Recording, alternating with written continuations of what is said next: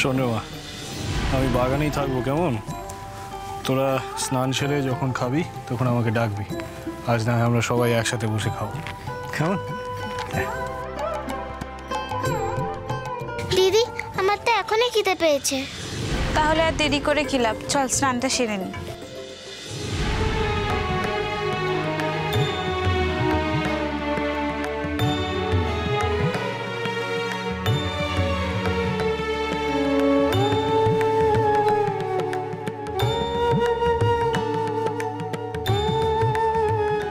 তো ভারী সমস্যার কাজ, এই পড়িস না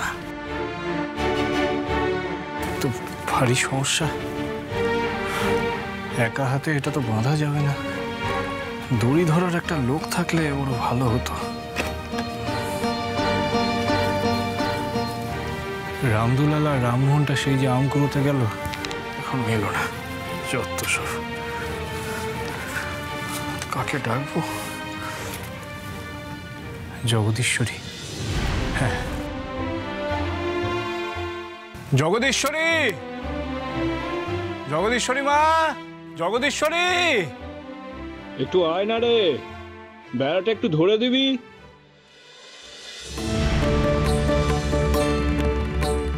জগদীশ্বরী, কোথায় গেলি রে মা? এত করে ডাকছি তোকে, একটিবার আয়। ও জগদীশ্বরী, এই তো আসছি বাবা। আয় আয় আয় আয়। কি হলো বাবা? কোথায় ছিলিস বলতো? এতক্ষণ ধরে ডাকছি, কোনো সারা শব্দ নেই। এসে গেছি তো, এবার বলো। শোন রে মা, এই দড়িটা একটু বেড়ার ওই পার থেকে ধর দেখি। একা হাতে ঠিক দড়িতে টান হচ্ছে না, বেড়ার বাঁধন আলগা হয়ে যাচ্ছে, বুঝেছিস? এনে ধর, এনে এনে।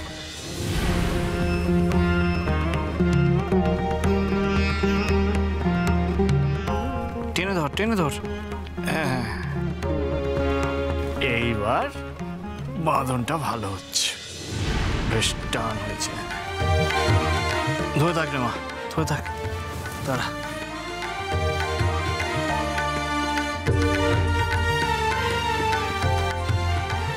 আচ্ছা বাবা, এই যে তুমি কালীমার পুজো করো, তুমি কি কোনোদিনও মাকে দেখেছো? না রে মা, সে সৌভাগ্য আর হলো কই। তবে সে বেটি কিন্তু আছে, আমায় দেখা দেয় না। বা এমনও তো হতে পারে যে এসে দেখা দেয়, কিন্তু তুমি বুঝতে পারো না, চিনতে পারো না তোমার মাকে। হয়তো মানুষের রূপ ধরেই মা আসে তোমার কাছে বারবার। কি জানি রে মা, তার ছলনা বোঝা বড় দায়। রামপ্রসাদ সোম থেকে রবি প্রতিদিন বিকেল 5:30টায় স্টার জলসায় ও ডিজনি প্লাস হটস্টারে।